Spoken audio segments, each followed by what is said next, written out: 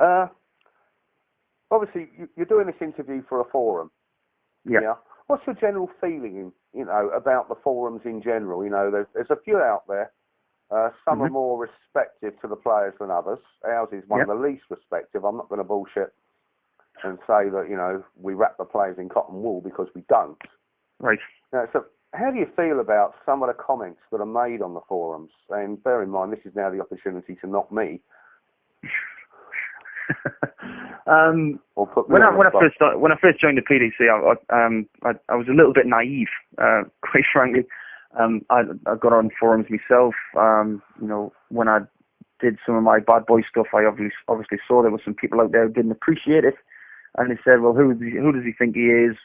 And essentially, for my personal growth, I thought it was good for me to stay away from forums for the immediate future, because I take things a little bit personally, because my career is my life, really. And when people are knocking it, I tend to argue up a little bit, and I like to fight my corner. So forums are probably not the best vehicle for me to voice my opinion. But on the same side, I like the fact that fans talk about this game so passionately. Because the real darts fans, I believe, go on these forums and, they're saying, well, this guy didn't play well, this guy did play well. And it's really interesting sometimes just to hear what the fans have got to say, because essentially what we have to do is we've got to learn from these fans and see what they want. We've got people like Barry Hearn, Matt Porter, Dave Allen, all these guys from the PDC doing a great job. They all love me. But what we have to do is we've got to listen to the fans when they say something which is heartfelt, and someone may have an opinion one time and someone will say, "Oh, that's a good idea." These are the people that are paying for tickets. They're paying for beer. They're buying equipment. If it wasn't for these people, we wouldn't have a living to make. So essentially, what you've got is a Premier League vehicle that allows people to go there and boo the player they want to boo.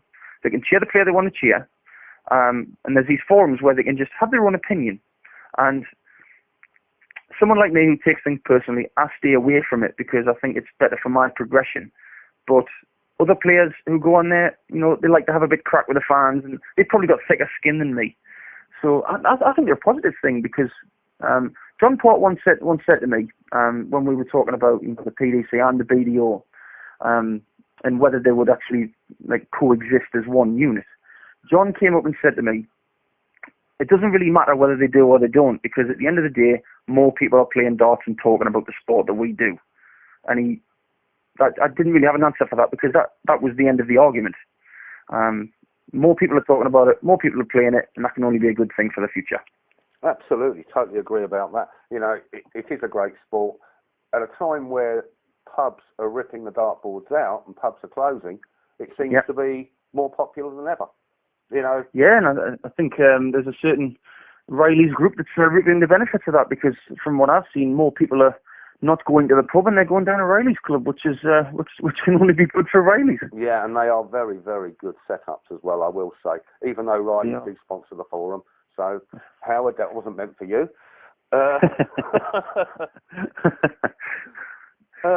Moving on, short and long-term plans, Paul. I think, to answer the obvious question, what do you want to do this season? You want to win the World Championship, of course you do. But what do you feel is realistic short-term and also long-term? Short-term, obviously looking at the next two Pro Tours, which are Bolton qualifiers. I want to get myself in the top 32 of the Order of Merit, so I don't have to play until the Friday. That's all I'm really thinking about now, so I can get in that Friday night game and bypass the Thursday. So that guarantees a little bit of prize money to start with. You're sitting well there now. Yeah, so far I haven't really played my best stuff in the UK Opens yet, but I will, and I definitely will get in that top 32. I'm going to stick my neck out. Good stuff. But as far as the season and long term, this season I'd like to really contend in some of these majors. I want to play well at Blackpool. It's such a wonderful venue, and I'd love to do well on Sky cameras, just like I did at the World Cup. I mean, that was a real shot in the arm for me. because before that, for some reason, I hadn't played very well on Sky all of last year. Yeah, that was one to forget. Yeah, definitely. But going forward this year, everything's a lot more positive. I'm city waiting in Chorley now instead of up north, so I'm a little bit closer to every tournament, and going to be able to sleep in my own bed for Blackpool and for Bolton. So it's just going to be a little drive down the road, which is terrific. Long term, I've only ever really had one goal, and that's to be world champion at least once. I did speak to Stuart Pike from for a Unicorn interview not so long back, and I said to him, and I still stick by this, that I want to win at least 6 majors before I'm 40. So I've got 8 years. Blimey. Well, that's to be honest, the way Phil was on the slide a bit. Mm-hmm. He looks to be coming back. Mm-hmm. The standard is rising, mm-hmm. but he's beatable. Everybody now knows he's beatable. You know it yourself. You've done it. So yeah. An ambition of 6 over 8 years, that's got to be attainable. Do you not feel that that's maybe selling yourself a bit short, considering how many they are?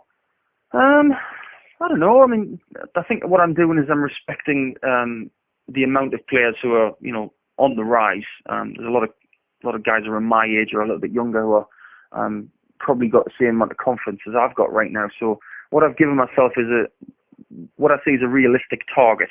I want to target, what James Wade has done by, picking off one of them at a time. He's got a Premier League, he's got a UK Open, a couple of Grand Prix and a Championship League. I'd like to be able to say that I won them all. I want to do my own little Tiger Slam, as you could say. You want the Grand Slam? You want at least one of each? I want a lot. Yeah, I don't want to go through life thinking like Tom Watson never won a USPGA Championship. I don't want to be like Paul Nicholson, who never won a Grand Prix or a World Championship. I want to be able to say that I won them all. And as long as I can pick one off at a time, we'll keep the goals going. But I would say that 6 majors in 8 years is the progressionary goal.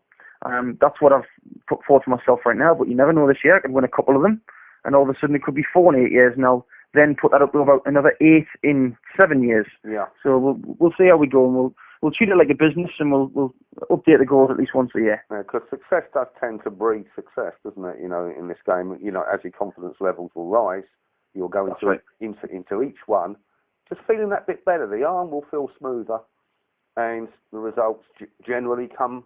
You get to the business end of the tournaments more often than you won't. That's the way it does tend to work with players.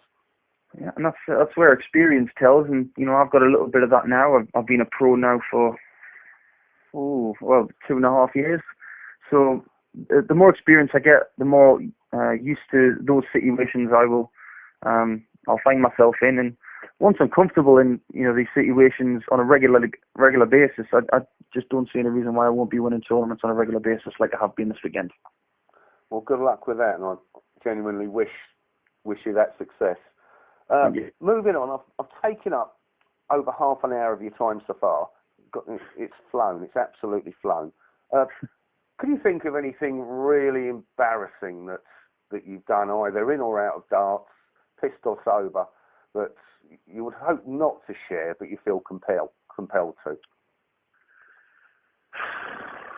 Oh, well, I hate to mention this again because I put it on Twitter, but it has to be the most embarrassing thing that's happened to me recently. That was when I drove from Chorley, where I live, over to Barnsley for the Pro Tour weekend. And when I get to a hotel, the first thing I do is I unpack all my gear and I get everything ironed for the whole weekend ahead, so I don't have to do it anymore. And even though it was only an hour and 45-minute drive, I realised that when I opened my bag, I had 2 odd shoes in there.